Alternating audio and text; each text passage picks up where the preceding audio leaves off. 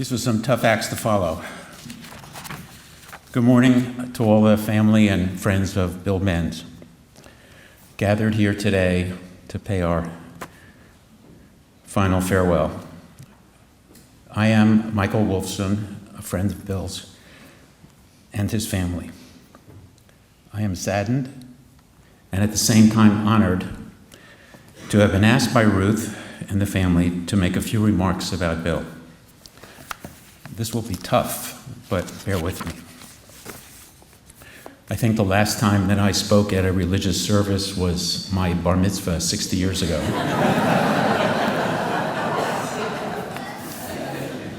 Bill's got to be smiling. Baptized as an Episcopalian, here we are in a Catholic chapel, and me, one of his Jewish friends, giving a eulogy.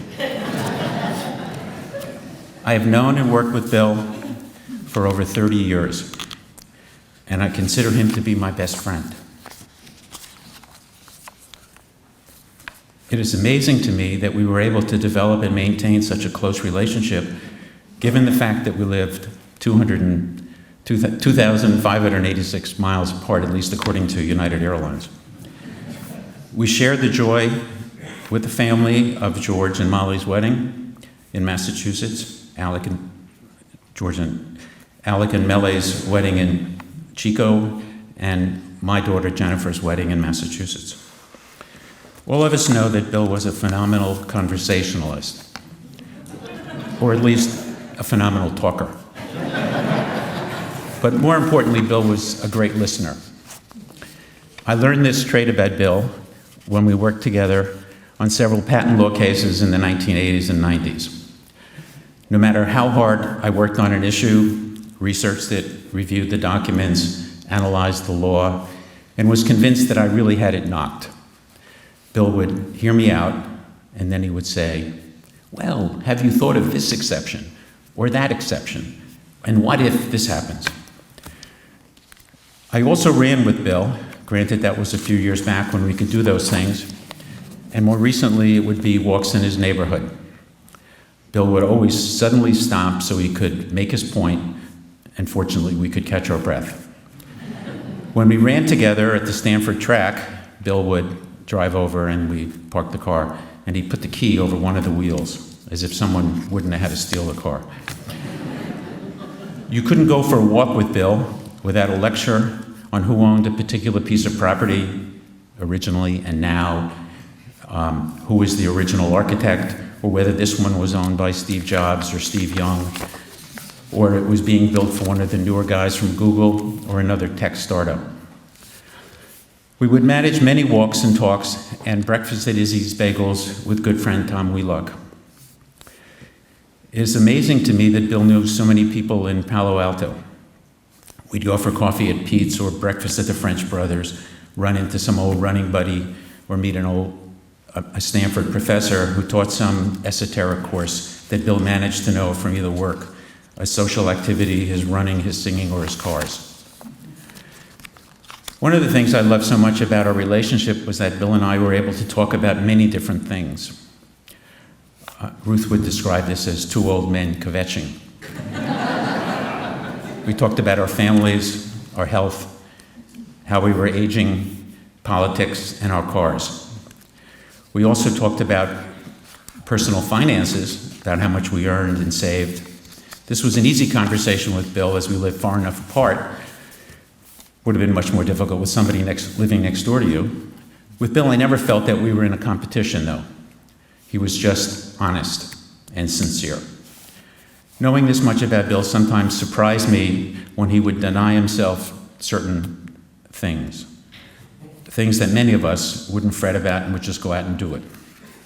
This made Bill my model of frugality, and I cherish these visits and conversations. One or two little examples. 2 years ago, Ruth, Bill, Ellen, my wife, and I drove to Half Moon Bay to have lunch at Sam's Chowder House. We took Ruth's 2002 BMW with its standard shift, and as usual, Bill drove, and we arrived to a full parking lot. Not surprising. Bill dropped the three of us off at the door, and he went to find a parking spot. No sooner than we had given our name to the maitre d' for a table, Bill shows up, and we congratulated him for finding a spot so early. Only he told us that the car died at the end of the driveway and would not restart. So Ruth Ellen and I had lunch and ultimately took a cab home to Palo Alto. And during this time, Bill waited patiently for a flatbed tow truck.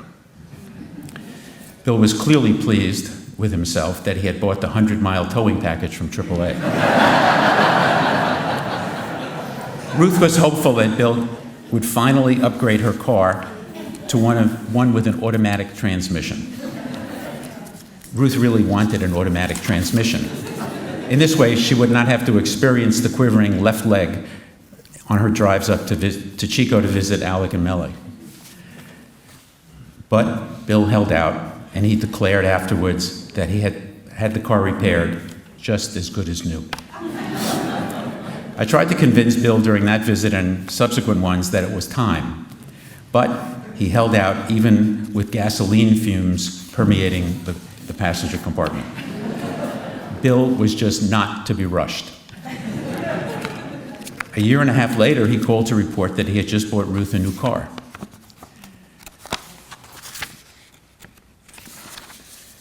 It had 4 doors and an automatic transmission. And I found out last night that was the first car that he'd ever purchased that had an automatic transmission. But he did tell me, no navigation system. Bill said, "Who needs a navigation system when you know where you're going?"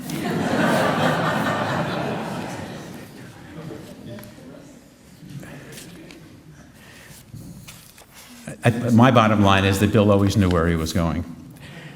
On a visit to Jesso Island in Georgian Bay this summer, I arranged for 2 sit-upon kayaks to be delivered to the marina when we arrived to meet in Parry Sound. A few days later, Ruth Ellen and I tried to sell Bill on the idea of buying one of these kayaks. We would get a nice discount for it being used. We would get a credit for some of the rental costs. And we think the tipping point for Bill could have been a favorable Canadian exchange rate. But we were still not sure he was going with us. Much to our delight, a day or so later, Bill agreed. He knew that George and Molly and the kids were arriving just after we left the island, and he knew they would enjoy the new purchase. A little bit more serious note. The truth is that Bill was always a gentleman. I do not recall Bill saying anything mean or bad about anyone, or even using curse words that so often enter everyday speech. Because Bill was so accomplished in so many ways, I could not understand why Bill would give you the impression that his glass was half empty. The truth is, if Bill believed his glass was in fact half empty, it was because his glass was so tall that when it was half empty, its height exceeded a much fuller one of ours. But here's the hard part. Bill called our house in Connecticut 2 weeks ago on Tuesday evening and spoke to Ellen at length. We thought the call was to tell us about their itinerary as Bill and Ruth were planning to visit us in Connecticut next week. As the call ended, I said, "Tell Bill I will call him tomorrow."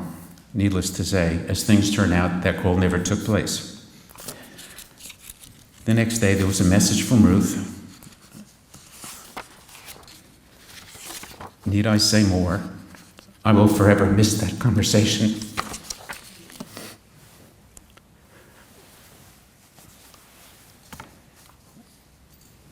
I thought that last night George said it all. Bill left us too early, but we need to remember how much he gave us when he was here. I pray that Bill's memory will eternally be for a blessing. Thanks. I miss you.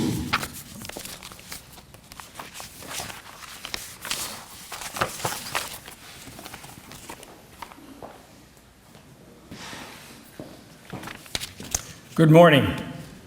I'm Guy Crosby, and I also would like to say it is a true honor for me to be here and share with you some of my personal memories of Bill with so many of his friends here today.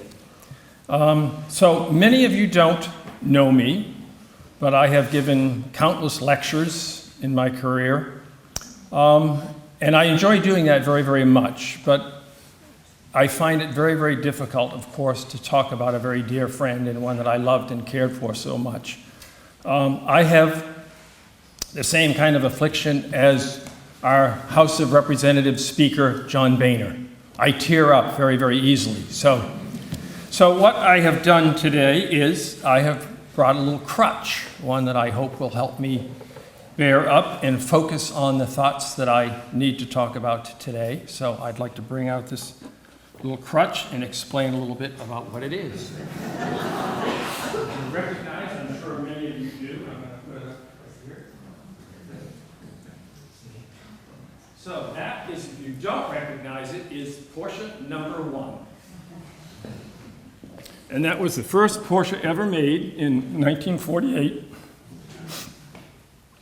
And I bought that model in 1998 when Bill and I went to the 50th anniversary of Porsche Automobile Company in Monterey, California. And it is very, very representative of Bill. He owned and rebuilt and cared for a number of early Porsches, especially like that one. And that one is similar to what he owned a number of called Porsche Speedsters. Okay, they were very lightweight, open-topped cars, and they were clearly his favorite, cars like that. Oops. Well, that's the problem of having a little cup of water with you. So if I, anyways, that was not a good idea, was it, huh? Anyways, that's how I met Bill way back in 1971. And I had just started working for the Alto Corporation. And one day I looked out the window and saw in the parking lot in the back a beautiful black Porsche Speedster. And I had owned a number of early Porsches myself, but I'd never owned a Porsche Speedster. So of course, I had to go find who the owner of this car was. And naturally, it turned out to be Bill. And so I met Bill and found he was also a fellow chemist. And so we immediately formed a friendship over both our love for Porsches and the fact that we were both trained as chemists. So over the years, Bill and I have owned a number of early Porsches, and trust me, we would talk for hours and hours and hours about these cars. And our love for these cars gave us a very, very special bond that really was never broken over all the years that we've known each other. And then less than 2 years after joining Alza, Bill and I went to work for Dynapol, which was a new company formed by the Alza Corporation. And he was, of course, the patent attorney, and I headed up a small group of chemists. And we worked very, very closely on many different projects. And Bill wrote many very successful patents that covered a lot of our discoveries. And one thing that we would do that we enjoyed very much is that we would ride our bicycles home together after work. And we would go to the point that we had to part. And I'd go one way and he'd go a separate way. But of course, we'd stop and we'd talk and talk and talk. As you heard, Bill was a good talker. And I hope I was a good listener. But we'd talk about business, we'd talk about Porsches, and we'd usually talk about both of these. And as a result, we would tend to get home for dinner quite late. But our wives, Ruth and Christine, were very, very understanding, because every summer when Rinconada Pool opened, they would take the kids, George and Alec and Kristen and Justin, to the pool every day, and they'd stay all day until it closed. So they really didn't mind if Bill and I got home a little bit late for dinner. But then in 1980, late 1980, we moved back to the East Coast. And for me personally, it was a very difficult move. So we would come back to California every year, maybe twice a year, every year, and we've done that ever since. And the first thing we would do is we would look up Ruth and Bill, and we'd go to their home, usually the first night we were there, And we'd catch up on the news. As Michael mentioned, we'd learn all about what had gone on in Palo Alto from Bill because he ran through every possible neighborhood in town. We'd catch up on the latest information. And it seemed like we had never left. And we would have wine at their home, and we'd have then usually go out to dinner at a favorite restaurant. So I would like to add that, Bill had many, many passions, but I think his greatest passion was working on his cars. And he spent just innumerable hours working on them. And so you would call up Bill. You said, "Hi, Bill there?" Well, no, he's out in the garage working on his cars. He was always out working on his cars. And if you look at his garage, it really is a testament to his passion. And I imagine that he probably has enough parts squirreled away in that garage that he could rebuild 2 more Porsches. So over the years, I've owned a number of old early Porsches, but Bill owned a really special one. And that is called a Carrera Speedster, similar in looking to the model that I placed up there. I think it's a 1955, a very early one, and he rebuilt this thing totally from parts. And I remember helping him bring home a number of the parts, including the body, which wasn't very lightweight, but we went out and collected that, brought it home, and he rebuilt the whole thing himself. And he decided, as he was doing this, that he was going to repaint the car himself. Not an easy thing to do. And to make matters more difficult, he decided he was going to paint it metallic silver gray, like that little model right there. Why? Because that was Porsche's racing color. Could be no other color but silver metallic gray. And he'd never painted a car like that before. So typical of Bill, he decided he needed to practice, and he went out and he practiced painting on an old refrigerator until he got the technique down just right. And then he painted the car, and of course it turned out to be beautiful. But typical of Bill, he also pointed out every single little flaw that was invisible to the rest of us. So, as I say, it turned out to be really, really well.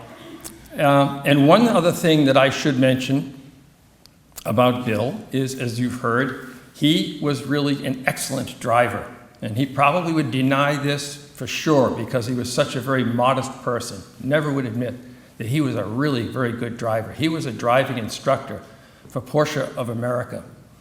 And he also, as you could see on that wonderful picture on the program, he raced one of his cars very frequently on the track, that beautiful 1972 orange 911S. So Bill and I, as you say, we shared many things, especially on Porsches, but many other things. And we were never envious of each other's cars. We just would talk about them and enjoy them. But I will say there was one thing I envied about Bill, and that is he had a wonderful sense of humor. See, I was just your basic science nerd, but Bill was a science nerd with a sense of humor. A very, very rare combination. And every year we would come back and see Ruth and Bill. Bill would just make us laugh. He was so humorous, so funny, just a wonderful guy to talk with. He would make us laugh. He truly made us happy. And I'll say he made life really fun. Thank you.